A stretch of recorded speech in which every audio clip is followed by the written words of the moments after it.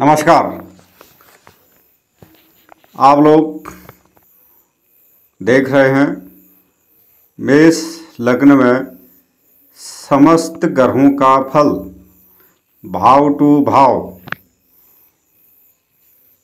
अगर जब तक प्रत्येक लग्न में प्रत्येक ग्रहों का प्रत्येक भाव राशि के हिसाब से फलित करना समझ में नहीं आएगा, तब तक आप अपने जीवन में एक अच्छा फलित नहीं कर सकते और ना ही किसी को बता सकते हो कि उसके साथ क्या घटना घटेगी या क्या उसके साथ होने वाला है, क्या लाभ है क्या हानि है, आप कुछ भी नहीं बता सकते हैं।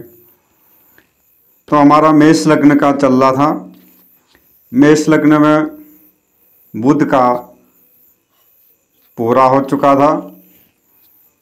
तो आज के अध्याय में शुरू करते हैं गुरु का फल।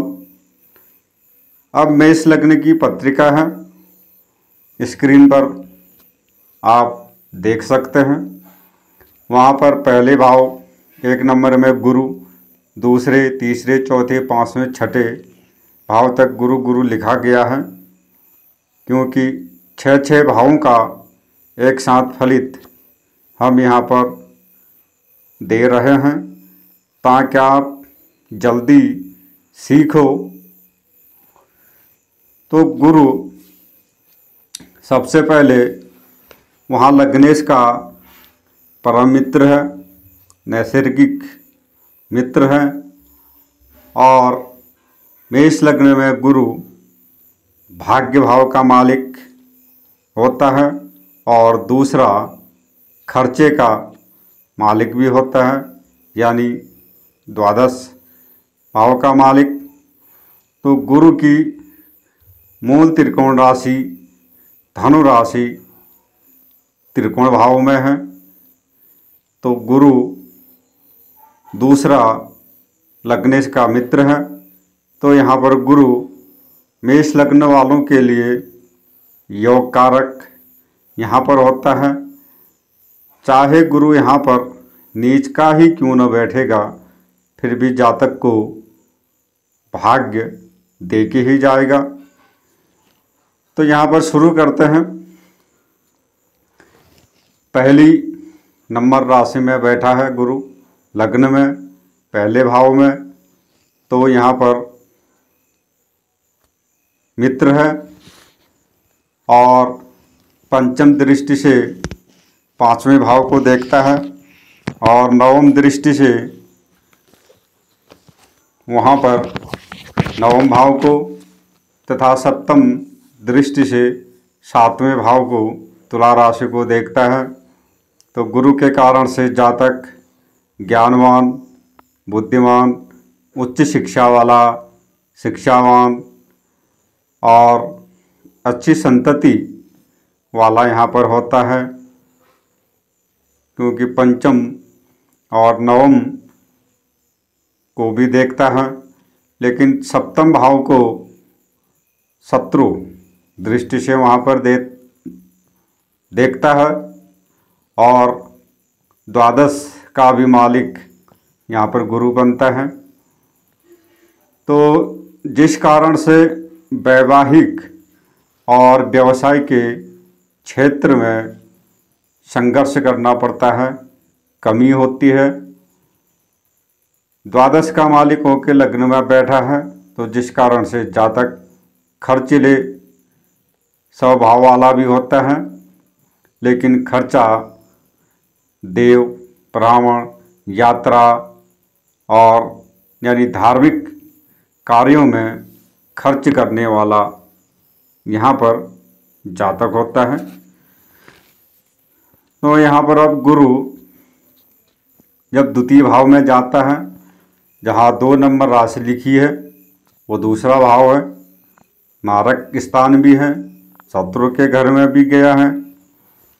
तो यहाँ पर शुक्र की सम राशि में गया है, तो गुरु के प्रभाव से यहाँ पर जातक सुंदर आकृति वाला होता है और भाग्यशाली होता है, धार्मिक विचारों वाला होता है, उदार हृदय वाला होता है, बुद्धिमान होता है।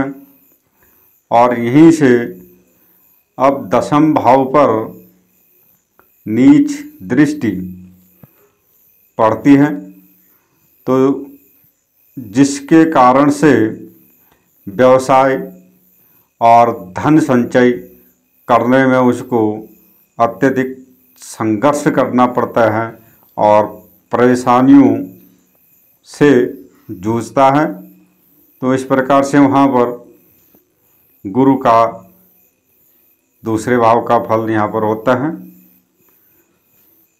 अब यही गुरु तीसरे भाव में जाएगा, जहाँ पर 3 नंबर लिखा गया है।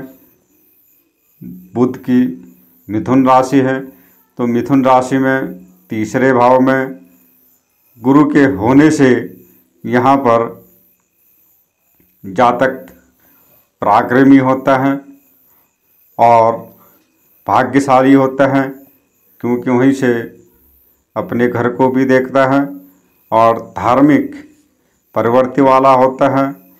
व्यवसाय के क्षेत्र में उसको प्रारंभ में विशेष उतार चढ़ाव रहते हैं, संघर्ष करना पड़ता है, क्योंकि पंचम दृष्टि सप्तम भाव को भी जाती है यहाँ पर। तो संघर्ष के बाद उसको सफलताएं मिलती हैं और भाई बहनों के साथ उसका सामान्य संबंध यहाँ पर रहता है। लेकिन स्त्री के सुख में यहाँ पर गुरु कम करता है और द्वादश भाव का मालिक होकर तृतीय में गया है, तो जातक विदेश यात्रा के भी चांस बनते हैं उसके और विदेश संबंध से, विदेश यात्राओं से भी लाभ प्राप्त करने वाला होता है।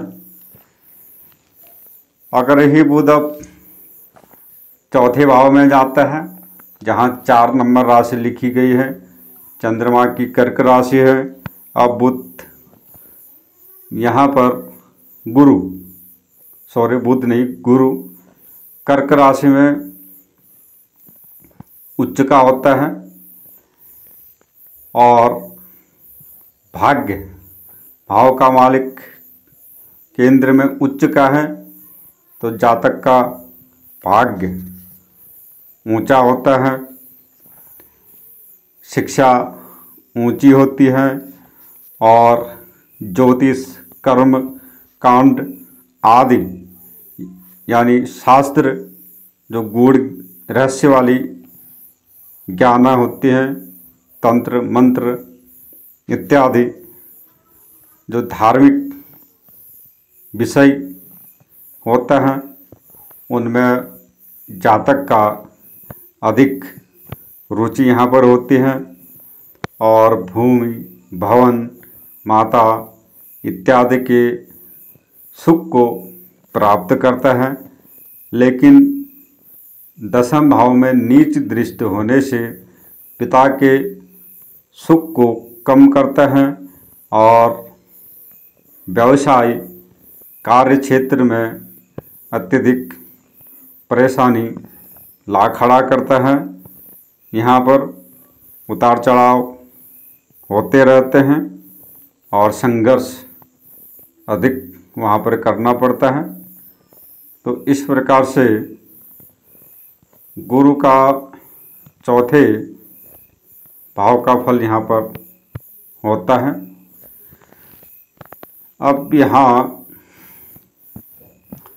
पंचम भाव में जाता है गुरु, जहाँ पर 5 नंबर राशि लिखी गई है, अपने मित्र के घर में है, सूर्य के घर में है और त्रिकोण का मालिक होकर त्रिकोण में यहाँ पर गया है, वो एक राजयोग यहाँ पर तैयार करता है। तो अब सिंह राशि में होने के कारण से जातक बुद्धिमान, शिक्षावान, आकर्षक लिए हुए और धनी, धर्मात्मा, यहाँ पर भाग्यशाली जातक होता है। साथ में विद्वान, गुणी, शिक्षित, स्त्री, वाहन, संतान आदि सुखों से युक्त यहाँ पर होता है और जातक लोकप्रिय, मान सम्मान वाला यहाँ पर होता है, यानी उच्च प्रतिष्ठित यहाँ पर जातक होता है। और आय के साथ साथ खर्चे भी अधिक करता है, क्योंकि गुरु यहाँ पर खर्चे वाले घर का भी मालिक है। तो जातक को यहाँ पर विदेश की यात्रा भी कराता है, यानी बाहर से भी उसको फायदा यानी लाभ गुरु यहाँ पर कराता है। तो इस प्रकार से गुरु का पंचम भाव का फल यहाँ पर होता है। अब आगे देखते हैं, गुरु छठे भाव में जाता है, जहाँ पर बुध की कन्या राशि है। अब यहाँ पर छठे भाव में जाना यानी संघर्ष करना, द्वादश का मालिक होके गया है तो विपरीत राजयोग वहाँ पर बनाता है। लेकिन भाग्य भाव का मालिक होके गया है तो भाग्य में उसको अधिक संघर्ष जीवन में करने पड़ते हैं। भाग्य उन्नति में उसको अड़चना आती हैं, व्यवसाय के क्षेत्र में अड़चना आती हैं, आय की अपेक्षा खर्च ज़्यादा होता है, कर्जा होता है, और स्त्री सुख में भी वह कमी करता है। पारिवारिक स्थिति में भी मन मिटाव गुरु यहाँ पर करता है और अपने पर्सनल व्यवसाय के बजाय उसको सर्विस में, नौकरी में लाभ प्राप्त होता है। और यहाँ पर जातक विदेश भी यात्रा करता है, क्योंकि द्वादश का मालिक छठे में और अपने घर को भी वहाँ पर देखता है और विदेश से भी वह अपना भाग्य बना सकता है। तो इस प्रकार से मेष लग्न के अनुसार गुरु का पहले भाव से लेकर छठे भाव तक का फल यहाँ पर होता है। तो आप लोग देखते रहें, अधिक से अधिक कमेंट करें, शेयर करें, लाइक करें और चैनल को सब्सक्राइब अवश्य करें, क्योंकि सीखने को आपको ही मिल रहा है। जब भी वीडियो आएगी सबसे पहले आपको पता चल जाएगा कि वीडियो अपलोड हो चुकी है, तो आप वहां पर सबसे पहले देख सकते हैं और सीख सकते हैं। नमस्कार।